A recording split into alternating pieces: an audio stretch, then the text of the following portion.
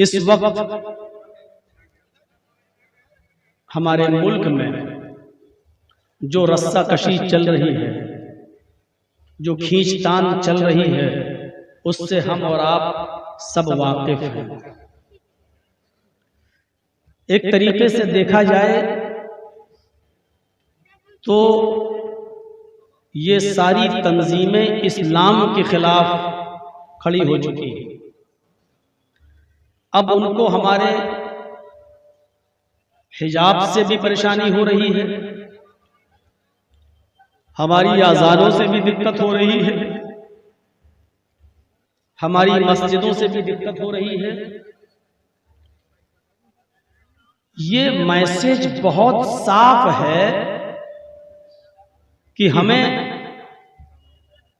इस मुल्क से इस्लाम को खत्म करना है,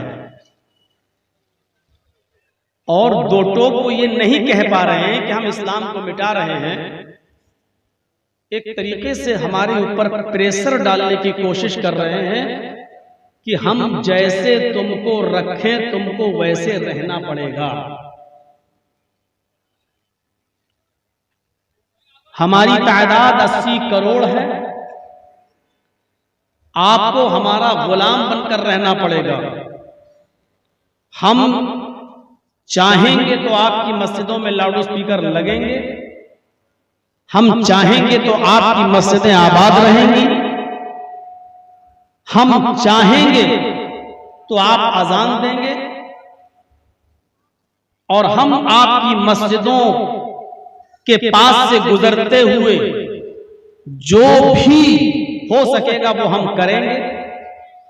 चाहे हमारे हाथ में तलवारें हों, बंदूकें हों, पिस्टल हो, राइफल हो, लाठी और डंडे हो, और आपकी आजान का वक्त ही क्यों ना हो, लेकिन हमारी आवाजें बुलंद रहेंगी। तुम्हें अपनी आवाजों को शांत रखना होगा। ये मैसेज देने की कोशिश की जा रही है कि इबादत तो तुम्हें करने देंगे, लेकिन तुम्हारी मर्जी से नहीं बल्कि हमारी मर्जी से। अजान तो हम तुम्हें देने देंगे, लेकिन तुम्हारी मर्जी से नहीं हमारी मर्जी से। हम जैसे चाहेंगे वैसे तुमको आना पड़ेगा मस्जिद में, हम जैसे चाहेंगे वैसे तुम्हें अजान देना पड़ेगी, और हम जैसे चाहेंगे वैसे हम तुम्हारी मस्जिदों के पास से जो चाहेंगे कहते हुए और भड़काऊ नारे लगाते हुए गुजर जाएंगे। लेकिन तुम्हें कुछ कहने की जरूरत नहीं है, जबकि ये दुनिया का उसूल है। एक छोटी सी मुर्गी को अगर आप पकड़ लें, एक छोटी सी मुर्गी को अगर आप पकड़ लें तो वो भी अपने आप को बचाने के लिए चोंच मारती हुई नजर आएगी। एक बकरे को अगर आप पकड़ लें और उसको उसकी रस्सी पकड़ के खींचें तो बकरा भी आपको सींग मारता हुआ नजर आएगा। यानी ये जानवर भी अपने बचाव के लिए अपनी इस्तिताअत भर अपनी ताकत के मुताबिक अपना बचाव करते हुए नजर आएंगे। लेकिन अगर आपने हमारे नापाक हथकंडों का जवाब एक पत्थर फेंक कर भी दे दिया तो दंगाई तुम कहलाए जाओगे, आतंकवादी तुम कहलाए जाओगे, जेलों की हवा तुम्हें खानी पड़ेगी, हमें नहीं, क्योंकि हमारे ऊपर किसी का हाथ है। इतने सालों के बाद हम आज कामयाब हुए हैं, अब तुम्हें डर कर रहना पड़ेगा। ये माहौल आज हमारे हिंदुस्तान में बनाने की कोशिश की जा रही है। उसकी वजह यह है कि हमने इस्लाम की दावत उस तरीके पर नहीं दी जिस तरीके से देना चाहिए। हमने अपने आला अखलाक और किरदार से यह साबित नहीं किया कि हम वो मुसलमान हैं और हमारा इस्लाम भी वही है। असल में हमने जो इस्लाम उनके सामने पेश किया है उस इस्लाम को वो ये समझते हैं कि ये इनका एक नया दीन है, नया मजहब है, और ये वही दीन है जो मोहम्मद रसूलुल्लाह लेकर आए।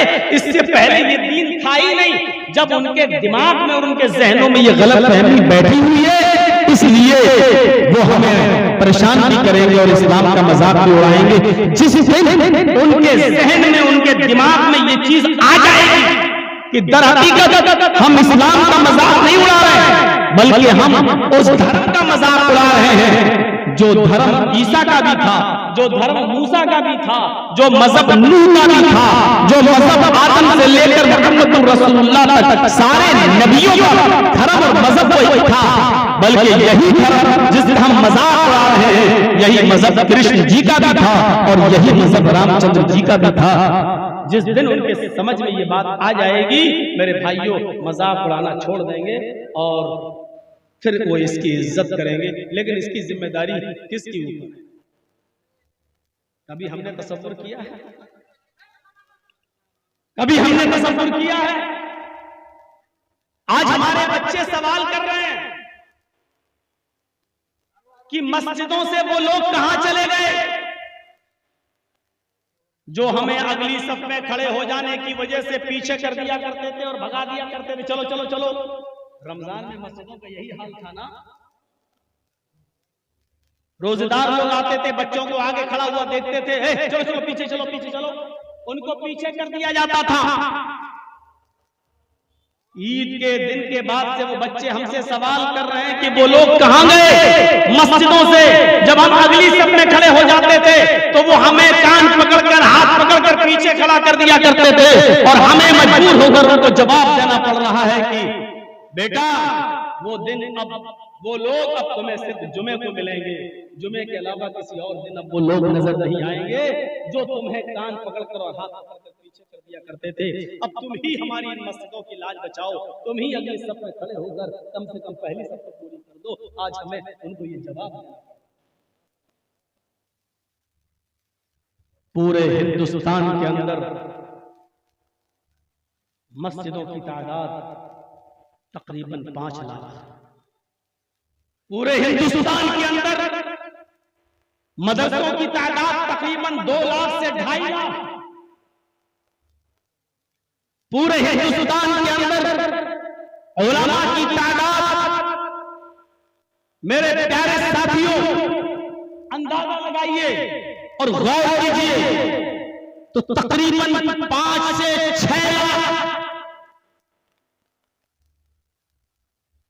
और पूरे हिंदुस्तान के अंदर उलमा की, मुसलमानों की तादाद तकरीबन 25 करोड़ से 30 करोड़ के बीच में। आपने अंदाजा लगाया? मस्जिदें 5 लाख,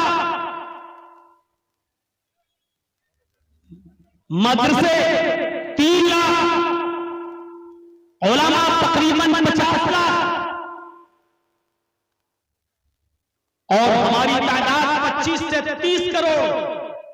लेकिन मस्जिदों में नमाज पढ़ने वाले नमाजियों का परसेंटेज सिर्फ 2%। ये 98% मुसलमान कहां है? रमजान में ये परसेंटेज बढ़कर थोड़ा सा आगे हो जाता है, 5%। ईद और बकरा ईद की नमाज में ये परसेंटेज थोड़ा सा बढ़कर 10 और 15 से 20% पहुंच जाता है। 80% मुसलमान फिर भी मस्जिदों से दूर है। जरा आप अंदाजा लगाइए। हमें ये दिन देखना, क्यों आप हवा खड़ा कर रहे हो? क्यों आज हमें परेशानी हो रही है? क्यों आज हमें दिक्कत हो रही है? हमारी मस्जिदों से लाउड स्पीकर उतर रहे हैं। सोशल मीडिया पर कितना चल रहा है, फेसबुक पर और व्हाट्सएप ग्रुप पर ये चीजें कितनी ज्यादा अपलोड की जा रही हैं। क्या मसला है? अजान तेरा भी मुसलमान उठ नहीं पा रहा है और गैर मुस्लिम सो नहीं पा रहा है। कितना यह हंगामा चल रहा है। हमने अंदाजा लगाया इस अजान का भी बड़ा अजीब मसला हो गया है। मुसलमान अजान सुनकर उठ नहीं पा रहा है और काफिर बेचारा अजान की वजह से सो नहीं पा रहा। और हम रो रहे हैं कि ये ऐसा हो रहा है, वैसा हो रहा है, आगे क्या होगा। अपने वजूद की हम लड़ाई लड़ रहे हैं, अपनी बका के लिए हम लड़ाई लड़ रहे हैं। इसका जिम्मेदार कुरान तो ये कह रहा ये दीन तुम्हारी तरफ भेजा है, जो नाजिल किया है, जो उतारा है मोहम्मद सल्लल्लाहु अलैहि वसल्लम, ये हमने कोई नया दीन देकर तुम्हें नहीं भेजा। शरअ लकुम मिनद्दीनि मा वस्सा बिही नूहन वल्लज़ी अवहयना इलैक व मा वस्सैना बिही इब्राहीम व मूसा व ईसा नबीयुद्दीन। ऐ मोहम्मद सल्लल्लाहु अलैहि वसल्लम, हमने जो दीन आपके ऊपर नाज़िल किया है, हमने जो दीन आपके ऊपर उतारा है, हमने आपके लिए जिस दीन को मशरूअ करार दिया है, इस दीन की वसीयत, इस दीन का निबास मैंने हजरत नूह के ऊपर भी किया था, इसी की वसीयत हमने हजरत नूह को भी की थी। मा वस्सैना बिही नूहन वल्लज़ी अवहयना इलैक, जब नूह को जो हमने दीन उतारा था, यही दीन हमने उनको दिया था और उसके बारे में हमने आपको बाखबर कर दिया है। वल्लज़ी अवहयना इलैक, उसकी वही मैंने आपकी तरफ भेज दी थी, उसकी वही हमने आपको कर दी थी, उसकी खबर हमने आपको दे दी थी। वमा वस्सैना बिही इब्राहीम व मूसा व ईसा नबीयुद्दीन, और नूह के बाद यही दीन मैंने इब्राहीम को देकर भेजा, मूसा को देकर भेजा और ईसा को भी देकर भेजा। कुरान तो नहीं कह रहा है कि मोहम्मद सल्लल्लाहु अलैहि वसल्लम हम आपको कोई नया दीन देकर भेज रहे हैं। हमने अपने अमल से ये साबित करने की कोशिश की है कि इस्लाम सिर्फ हमारा मजहब है और इस पर हमारी इजारादारी है, हमारा कब्जा है, और ये दीन मोहम्मद रसूलुल्लाह लेकर आए। नहीं, आज जरूरत थी इस बात की कि हम गैर मुस्लिमों को बताते कि इस दीन से तुम्हें क्यों नफरत हो रही है। ये दीन तो कृष्ण जी का है, ये दीन तो रामचंद्र जी का है, नफरत नहीं करते। उनको बताते कि आपने हमारी मस्जिदों से जिस आजान को बंद कराने की कोशिश की है, ये आजान तो आपके अल्लाह उपनिषद में लिखी हुई है।